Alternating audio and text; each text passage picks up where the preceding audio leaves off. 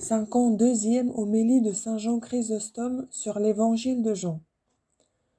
Les gardes retournèrent donc vers les princes des prêtres et les pharisiens qui leur dirent « Pourquoi ne l'avez-vous pas amené ?»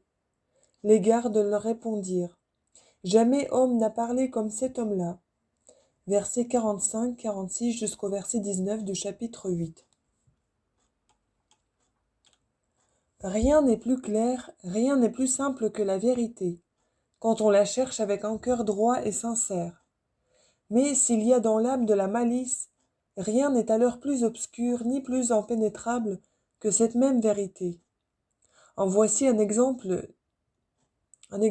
Les scribes et les pharisiens, qui paraissaient les plus sages de tous les hommes, qui étaient toujours avec Jésus-Christ, pour lui tendre des pièges, quoiqu'ils vissent les miracles qu'il faisait, quoiqu'ils lussent les Écritures, n'en ont retiré aucun fruit, aucun profit.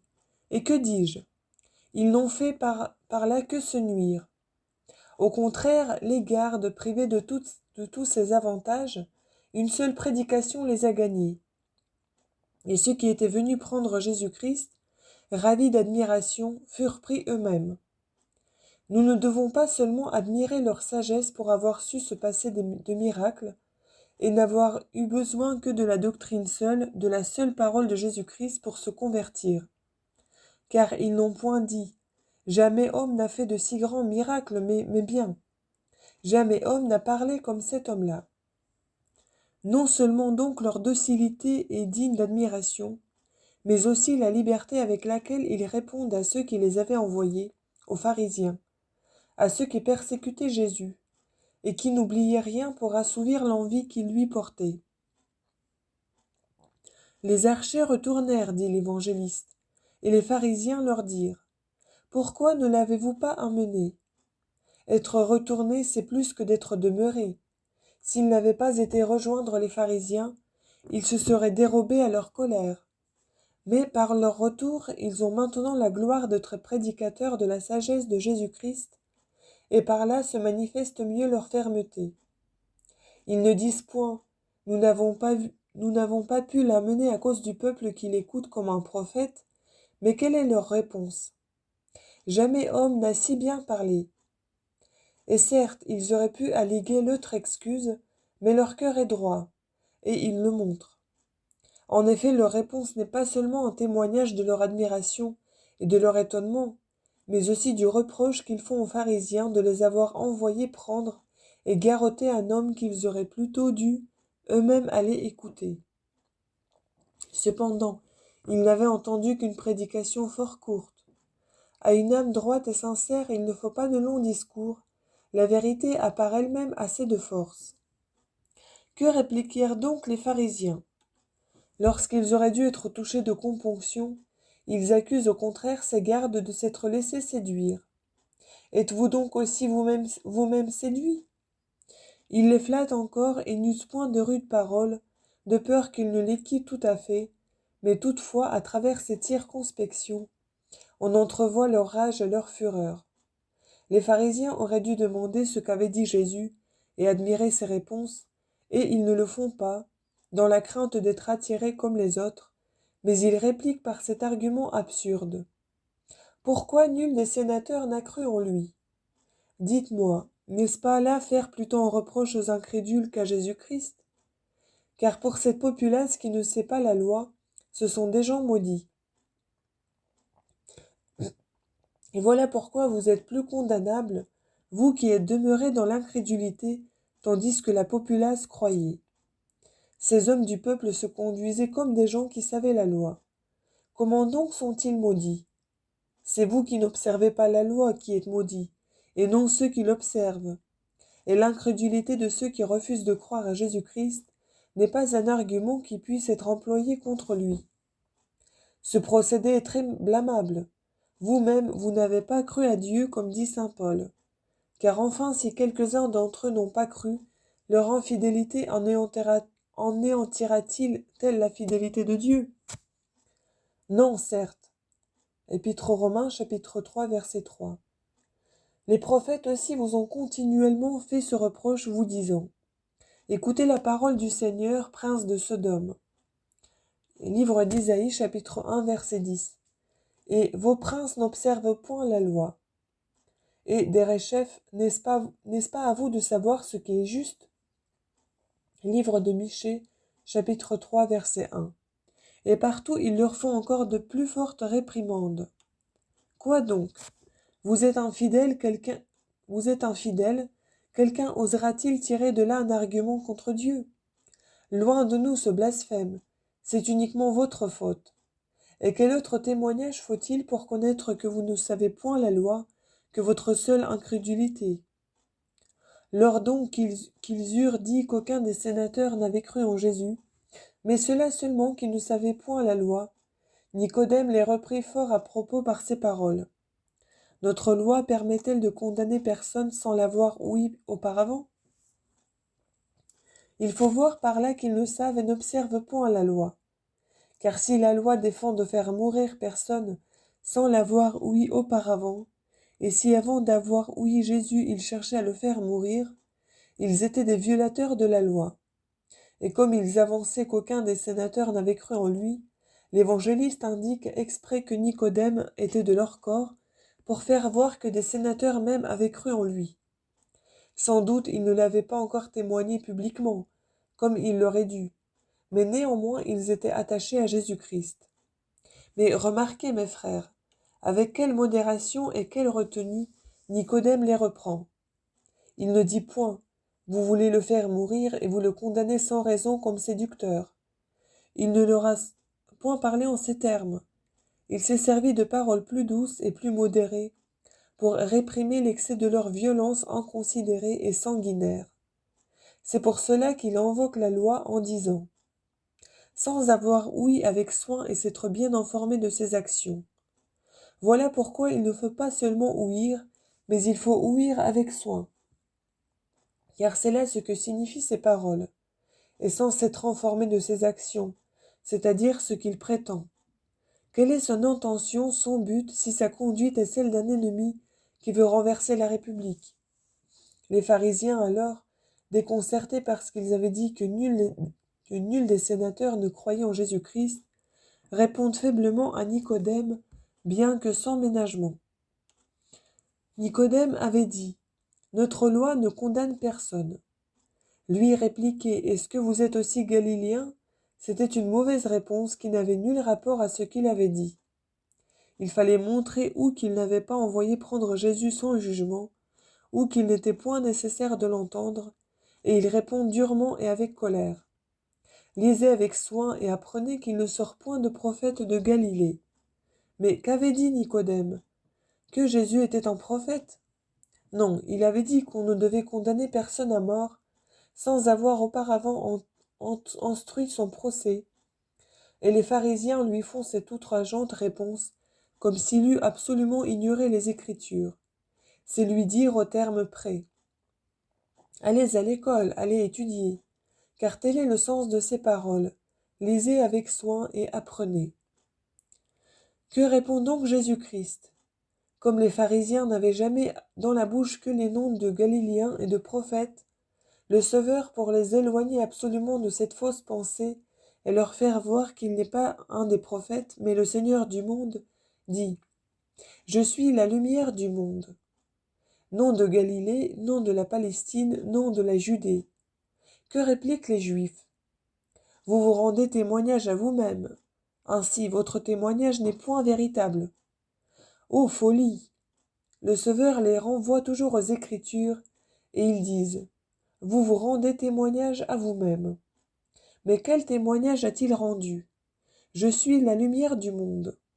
C'est là une grande parole. Oui, certes, c'est là une grande parole. Mais ils ne s'en sont pas beaucoup mis en peine, parce qu'ils ne se disaient pas égal au Père, ni son Fils ou Dieu.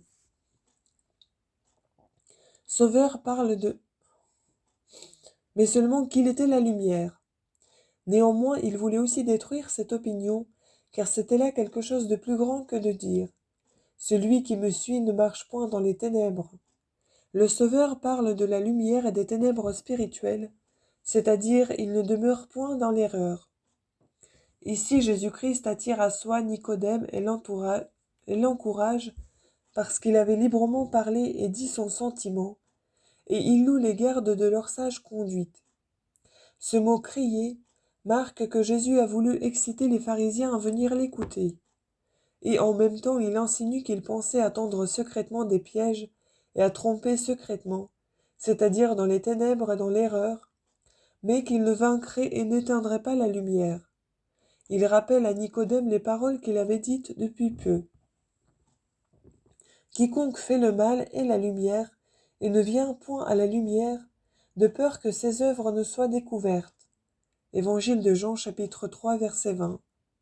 Comme les Juifs disaient qu'aucun des sénateurs n'avait cru en lui, Jésus dit « Quiconque fait le mal est la lumière et ne vient point à la lumière. » Par où il leur fait voir que s'ils ne viennent point, ce n'est pas que la lumière soit faible, mais c'est parce que leur volonté est corrompue et mauvaise. Les pharisiens lui dirent « Vous vous rendez témoignage à vous-même. » Et Jésus leur répondit « Quoique je me rende témoignage à moi-même, mon témoignage est véritable, parce que je sais d'où je viens et où je vais. Mais pour vous, vous ne savez point d'où je viens. » Ce que Jésus avait dit auparavant, les Juifs le lui opposent comme une décision. Que répond donc Jésus-Christ? Il renverse cette prétendue décision, et il montre que c'est selon leur opinion qu'il a parlé de la sorte, parce qu'il le prenait pour un homme, et il leur dit « Quoique je me rende témoignage à moi-même, mais mon témoignage est véritable, parce que je sais d'où je viens. » Que veut dire ceci? Je suis de Dieu et fils de Dieu. Dieu est pour soi en témoin digne de foi. Pour vous, vous ne connaissez point Dieu, vous faites le mal volontairement. Vous savez et vous feignez de ne point savoir. Vous parlez selon vos sentiments humains et terrestres, et vous ne voulez rien savoir, rien connaître de plus que ce qui paraît au dehors. Vous jugez selon la chair. Comme vivre selon la chair, c'est mal vivre, de même juger selon sa chair, c'est mal juger. Je ne juge personne, et si je juge, mon jugement est véritable, c'est-à-dire vous jugez injustement. Mais si nous jugeons injustement, réplique-t-il, pourquoi ne nous reprenez-vous pas? Pourquoi ne nous punissez-vous pas? Pourquoi ne nous condamnez-vous pas? C'est, dit-il, parce que je ne suis point venu pour cela.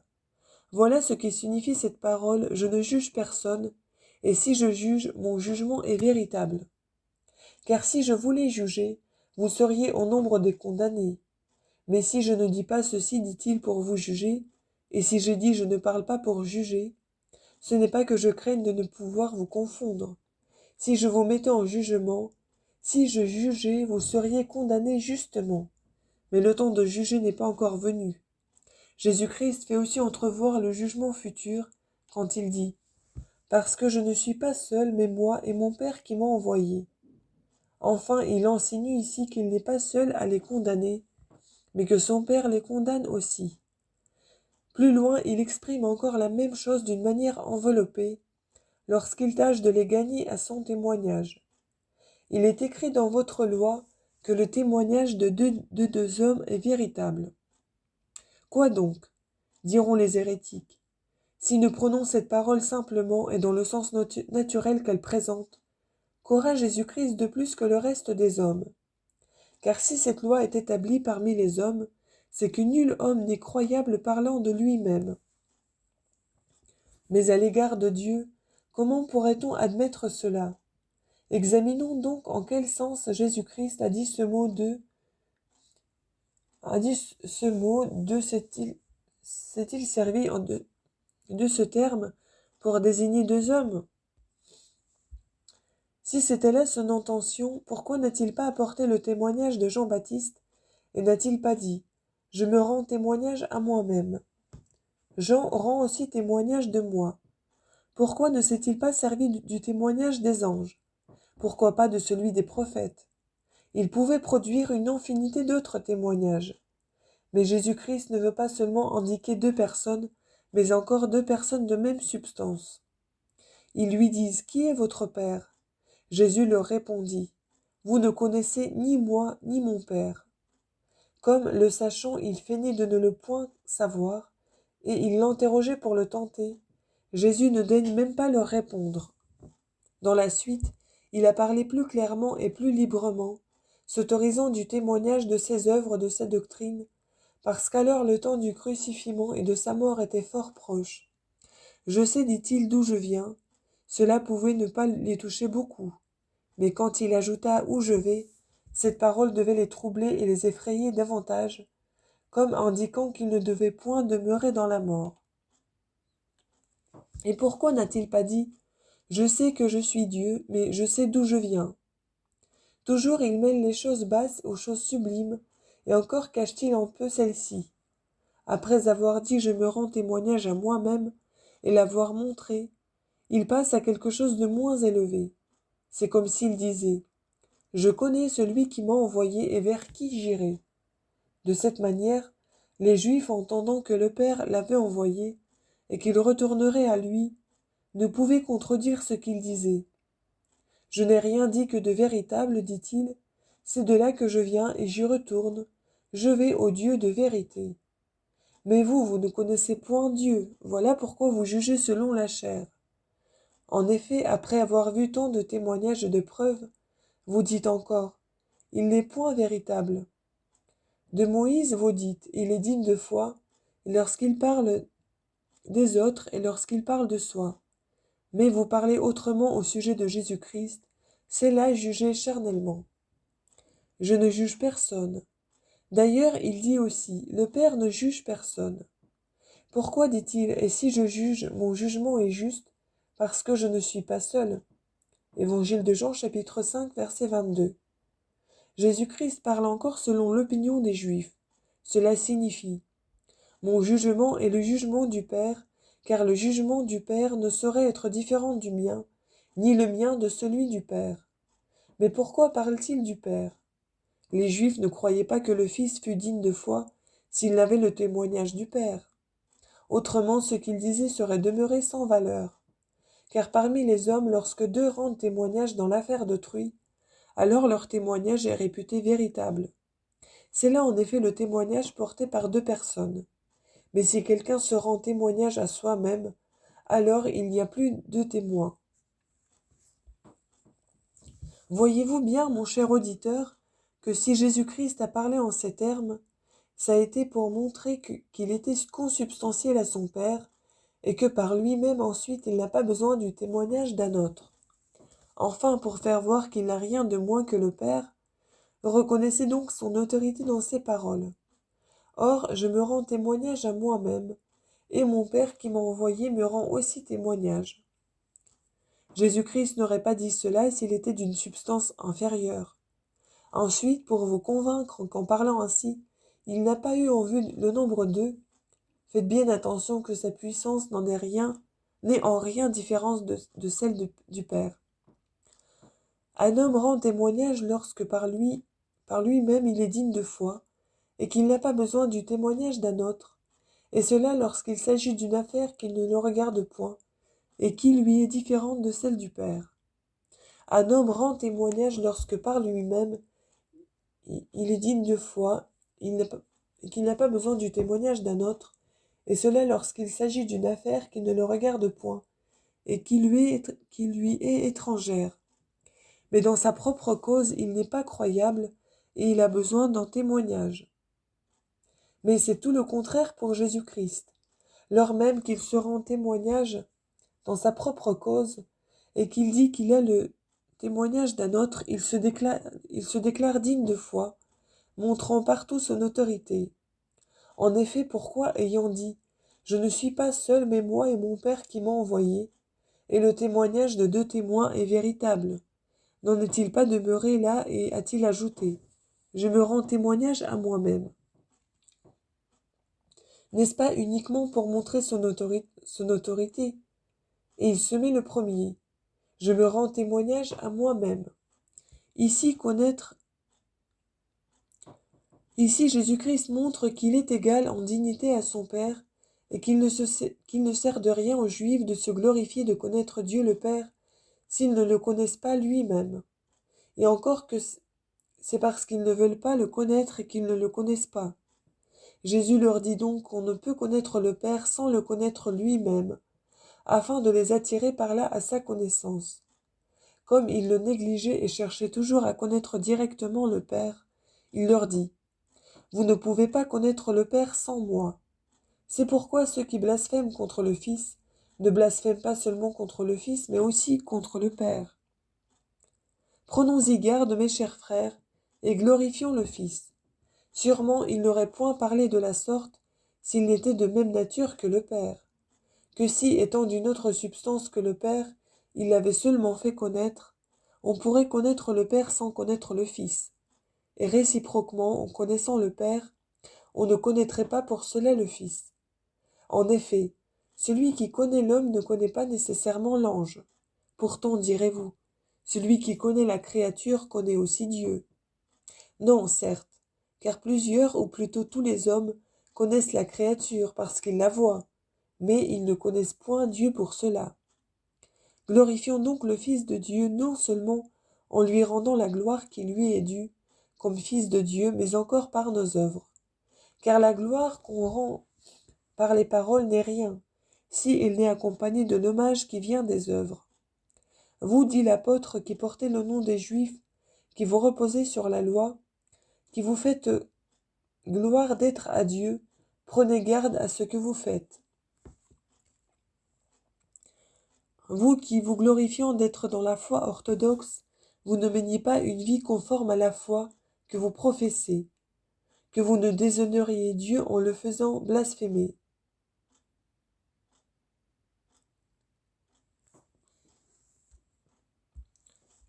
Pardon. Je reviens. Prenez garde à ce que vous faites. Vous que vous instruisez les autres et vous ne vous instruisez pas vous-même. Vous vous glorifiez dans la loi et vous déshonorez Dieu par la violation de la loi. Épître aux Romains, chapitre 2, versets 17, 21 et 23. Vous-même, mon cher auditeur, prenez garde que vous glorifiant d'être dans la foi orthodoxe, vous ne meniez pas une vie conforme à la foi que vous professez, que vous ne déshonoriez Dieu en le faisant blasphémer. Dieu veut qu'un chrétien soit le docteur de tout l'univers, le levain, la lumière, le sel. Qu'est-ce que la lumière? C'est une vie brillante qui n'est offusquée d'aucun nuage. La lumière n'est point utile à soi, le sel ou le levain pas davantage, mais ces choses sont utiles à autrui. De même, on demande de nous non seulement ce qui est dans notre intérêt, mais encore ce qui est dans l'intérêt des autres. Car le sel, s'il ne sale pas, n'est plus sel. Par là, nous est encore révélé une autre vérité, ce que si nous vivons bien, les autres aussi vivront bien. Ainsi, ce n'est que par notre bonne vie que nous pouvons être utiles aux autres. Disons adieu aux folies, aux vanités, car telles sont les choses du monde, telles sont les sollicitudes du siècle. Les vierges sont appelées folles parce qu'elles s'occupaient des folles affaires du siècle. Elles amassaient ici et elles n'envoyaient pas ce qu'elles avaient amassé où il fallait l'envoyer. Craignons donc que ce qui leur arriva nous arrive aussi, et que nous n'allions avec un habit sale où tous sont vêtus d'habits éclatants, car rien n'est plus salé, rien n'est plus hideux que le péché. C'est pourquoi le prophète, pour en présenter en sa personne une vive image à nos yeux, criait à haute voix. Mes plaies ont été remplies de corruption et de pourriture. Psaume 37, verset 5. Voulez-vous connaître la puanteur du péché? Considérez-le après l'avoir commis. Lorsque la concupiscence ne vous tiendra plus dans ses fers, lorsque le feu ne bouillonnera plus dans vos veines, alors vous verrez ce que c'est que le péché. Lorsque vous serez rentré dans le calme, considérez la colère, considérez l'avarice lorsque vous aurez éteint en vous cette passion. Rien n'est plus honteux, rien n'est plus horrible que l'avarice et la convoitise. Nous faisons souvent retentir nos chairs de ces vérités, non pour vous chagriner, mais par un désir de produire en vous de grands et d'admirables effets. Car peut-être celui qu'une première remontrance n'aura pas corrigé se rendra à une seconde ou à une troisième. Fasse le ciel qu'étant tous délivrés du péché et de tous les maux qui l'accompagnent, nous soyons la bonne odeur de Jésus-Christ, à qui soit la gloire avec le Père et le Saint-Esprit, maintenant et toujours et dans tous les siècles, ainsi soit-il.